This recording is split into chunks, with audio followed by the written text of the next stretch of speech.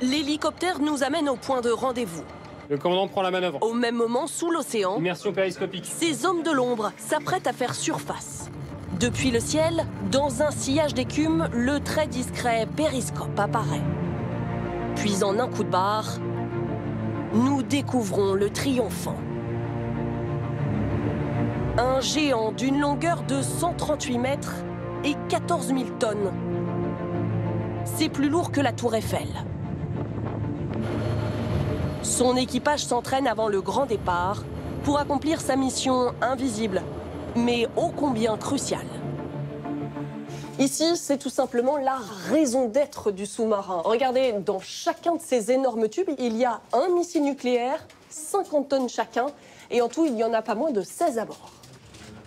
Depuis 50 ans, des sous-mariniers français comme Sébastien se relaient en permanence en mer pour être prêts, si besoin, à utiliser ces missiles, l'arme ultime.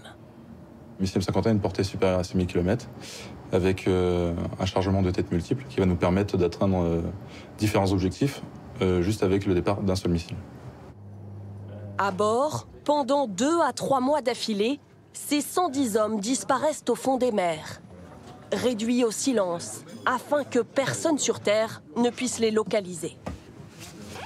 Tous les 10 jours, on a un message de 40 mots qui est écrit par notre famille. Vous, par contre, c'est 0. On ne doit pas répondre. Moins 5 degrés l'assiette. Aucun dialogue, y compris lorsque le bateau reçoit des ordres. Centrale de PC Radio, réception d'un message flash réservé commandant. Commandant, qu'est-ce qui se passe? J'ai reçu un message d'exercice pour faire un lancement simulé de missiles balistiques. Autrement dit, Au poste de combat, au poste de combat. ils révisent une fois de plus la manœuvre de frappe nucléaire. C'est bon, tu viens avec quoi? Fallait multifonction. Le commandant et son bras droit partent chacun dans leur cabine. Ce sont les seuls à bord qui connaissent l'intégralité de la procédure. Là, je vais ouvrir les codes d'engagement nucléaire et avec mon second, on va aller les déchiffrer.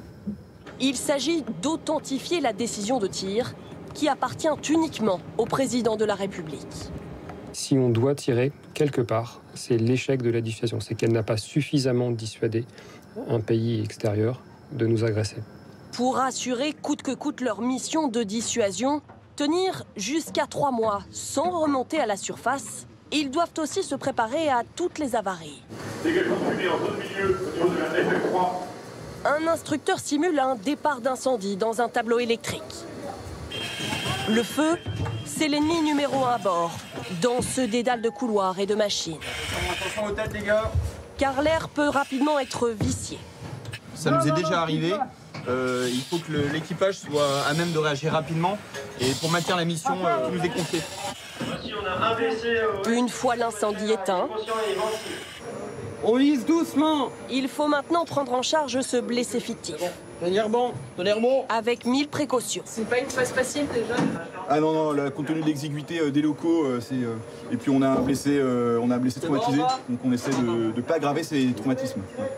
Direction l'hôpital du sous-marin. Sur le plan neurologique, est-ce qu'il est bien conscient? Le médecin et ses 2 infirmiers ont si besoin la capacité d'opérer à bord. Là encore, il s'agit de tout faire pour éviter une évacuation et donc d'interrompre leur mission.